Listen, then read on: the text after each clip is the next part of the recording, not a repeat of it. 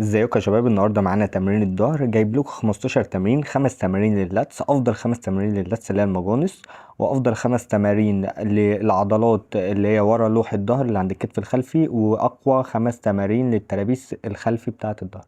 معانا هنا اول 5 تمارين للمجانس. اول تمرين معانا سحب عالي على الماشين دي موجوده في كل الجيمات. بتمسك القبضه مقلوبه، تمام، وبتفرد كوعك للاخر، بتعمل استرتش للعضله وبتنزل تقفل بكوعك. تمام، وندخل على تاني تمرين. طبعا بنلعب اي حاجه 4 في 12. تاني تمرين معانا بار تثبيت او بار سحب زي ما بيقولوا. تمام، بتمسك قبضه مقلوبه. تمام، طبعا بتتني ركبتك، لازم تفنش زي ما بيقولوا كده، تقنبرها. تمام، وظهرك لا متني قوي ولا مفرود قوي. بتنزل بتفرد برضو، تفرد كوعك للاخر لتحت، وبتسحب تحت سرتك. تمام، اهم حاجة خلي الجذب يبقى بكوعك. تمام، برضو بنلعب 4 في 12. تمام، نخش على تالت تمرين معانا، برضو تمرين السحب العالي. بس طبعا هنا السحب العالي القبضة معدولة، بمسك واسع. تمام، اللي هو ولا واسع ولا ضيق. هتلاقي في المسطرة بتاعتك عند كسرة معينة كده، انت تمسك من عند الكسرة دي. طبعا لازم بتفرد كوعك للآخر زي ما قلت لك، وبتنزل تقفل بكوعك. طبعا انت لو مش عامل لايك وسبسكرايب وشير فانت فايتك كام. تمام، بتفرد كده 4 في 12. طبعا زي ما انتوا عارفين ان الظهر بيشغل عضلة الباي. ونخش على رابع تمرين معانا، تمام، من تمرينة الظهر. برضو سحب عالي، بس هنا انا ماسك بالقبضه الضيقه. القبضه دي هتلاقيها في اغلب الاوقات بتبقى على الماشين اللي هي بتاعت السحب الارضي. تمام، هتركبها على السحب العالي. وبرضو لازم يا جماعه، بص السكويز. يعني ايه السكويز؟ يعني الطلعه بالراحه والنازله بالراحه، عشان تقدر ان انت تعمل كونتاكت ما بين عقلك والعضله بتاعتك. لو قدرت ان انت توصل للدرجة دي في تمرينك عموما، مش في تمرين الظهر بس، في اي تمرين عموما، يعني هتعمل ماسلز هتدعي لي عليها. تمام، وندخل على اخر تمرين، طبعا تمرين العقله. كل التمارين دي بتشغل طبعا الظهر كله والباي، بس بتركز على اللاتس اللي هي الماجونس. طبعا العقله بتلعب 4 مجاميع في اقصى تكرار ليك، يعني بتقدر تجيب 5، بتقدر تجيب 10، تقدر تجيب 15. 4 مجاميع في اقصى تكرار ليك. طبعا تمرين قوي جدا. طب لو مش بتعرف تلعب عقله، ايه المشكله؟ بتلعب العدات اللي انت تقدر تلعبها، وبعدين لما تجيب اخرك تطلع وتثبت لحد ما اعصابك تسيب، وتاخد نفسك وتعيد نفس الموضوع لمده 4 مجاميع. طيب، ونخشوا على الخمس تمرينات اللي وراهم، اللي هم بتوع العضلات الصغيره زي ما قلت لك، اللي عند لوح الظهر. تمام، هنا بتنام الكرسي كأنك بتعمل الكرسي كأنك هتلعب عليه بنش عالي بالدمبل، بس بتنام بوشك. تمام، التمرين ده بيشغل الكتف الخلفي والعضلات المساعدة، اللي هي العضلات الصغيرة اللي ورا روح الظهر. طبعا كل تمرين بنلعب 4 تمارين، 4 مجاميع في 12. تمام، ونخش على مكنة حرف التي. تمام، هنا بتلعب برضو 4 مجاميع في 12.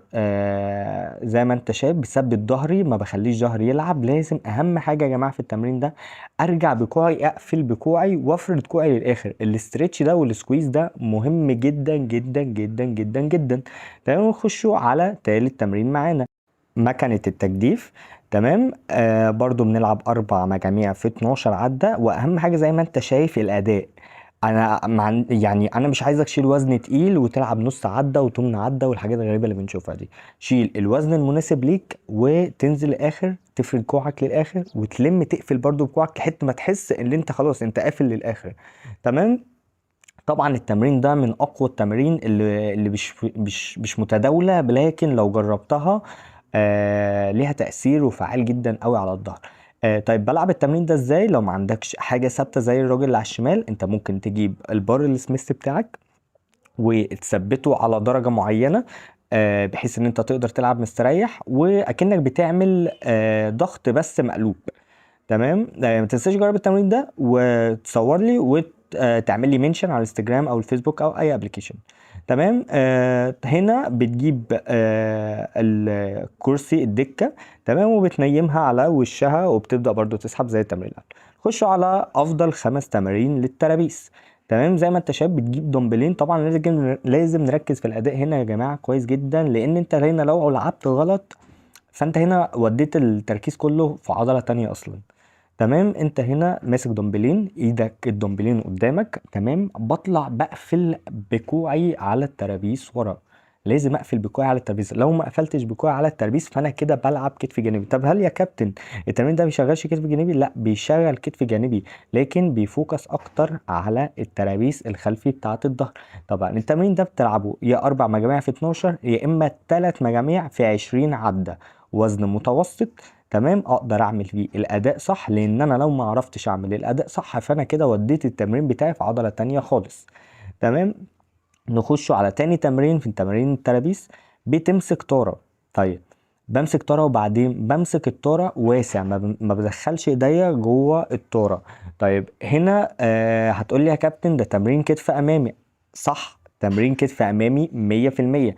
طيب ازاي ده تمرين ترابيز؟ ما انا هفهمك حاجة، انت لما بتيجي تلعب تمرين زي ده مش كتف امامي بس اللي بيشتغل لوحده، عندك برضو الترابيز وفيه عضلات كتير تاني مساعدة كتير. تمام، زي ما انت شايف اهو، عملت لك دايره حوالين الترابيس الخلفي، اديك شايف الاداء قدام عينك. بتنزل بالطاره، ما بتخليش الطاره تلمس رجليك، وبعدين بتطلع تاني فوق مرمى نظرك بحاجه بسيطه. برضو اي تمرين ترابيس يا 4 في 12 يا 3 في 20. طيب ونخش على التمرين اللي بعده. برضو ترابيس خلفي، بتمسك في العقله، تمام، مش بتلعب عدة عقلة كاملة. امال بتعمل ايه؟ بتقفل بلوح ظهرك على الترابيس الخلفي. لازم طبعا قبل ما تعمل اي حاجه، قبل ما تعمل اي تمرين، لازم تبقى عارف انت بتلعب التمرين ده اللي هيشغل انهي حته في جسمك. لازم تعرف ان انهي حته هي اللي هتشتغل، انت مش بتعمل وخلاص. زي ما انت شايف قدامك الراجل اهو، بيطلع بيقفل بلوح الظهر بتاعه. طبعا انت لو مش مشترك في القناه لازم تشترك في القناه وتفعل زر الجرس عشان اول ما انزل حلقه يجي لك على طول. نخش على التمرين الرابع. هنا بتنام على الدكه بوشك، بتمسك دمبلين، تمام، وبتطلع بالدمبلين قدامك. بس حاول لو انت ضميت ايديك على جوه فانت كده بتلعب كتف امامي 100%. طب العب ايه؟ لازم تطلع ايديك لبره اكنك بتعمل حرف في. تمام، برضو 4 مجاميع في 15 عدة او 12 عدة او 3 مجاميع في 20 عدة، وزن متوسط. طيب التمرين اللي بعده هتقول لي يا كوتش ده تمرين كتف خلفي. يا بابا ما احنا برضو هي مش بتشغل تمرين كتف خلفي بس، هي برضو بتشغل الكتف الخلفي والعضلات اللي هي الصغيرة اللي ورا روح الظهر والترابيس الخلفي بتاعت الظهر. تمام. زي ما انت شايف برضو ممكن تلعب التمرين بصورة تانية. تمام، بتقعد على مكنة السحب الأرضي، تركب عليها الروب اللي هو الحبل. تمام، هتلاقي لونه اسود عندك في الجيم، طبعا لازم تعمل سبسكرايب طبعا في زر الجرس. تمام، بتنزل للاخر وتطلع. بص انت طالع ازاي، لازم تطلع، لازم تشوف الفيديو كويس جدا. طبعا انا جايب لك 15 تمرين، هل اعمل التمرين ال 15 تمرين؟ لا طبعا، انت بتختار من كل 5 انا جمعهم لك، بتختار 2. تمام، اخترت زاويتين من هنا وزاويتين من هنا وزاويتين ترابيس من هنا، او زاويه واحده ترابيس طبعا وزاويتين قطنيه، انا ما شرحتهاش في الفيديو. تمام، لكن هشرحها لكم باذن الله. هي مش محتاجه اي كرسي قطنيه عندك، تلعب فيه 3 مجاميع في 15 عده. طبعا الظهر بيشغل الباي، فانت ممكن تلعب زاويتين باي، يبقى كده الظهر بيشغل الباي بنسبه 50%، وانت لعبت زاويتين باي. تمام، يبقى انت كده لعبت 100% باي ولعبت 100% ظهر. تمام. لو انت مش مشترك في القناه لازم تشترك في القناه وتفعل زر الجرس وتعمل لايك وتشير مع اصحابك وتصور تمرين وتبعتها لي. السلام عليكم.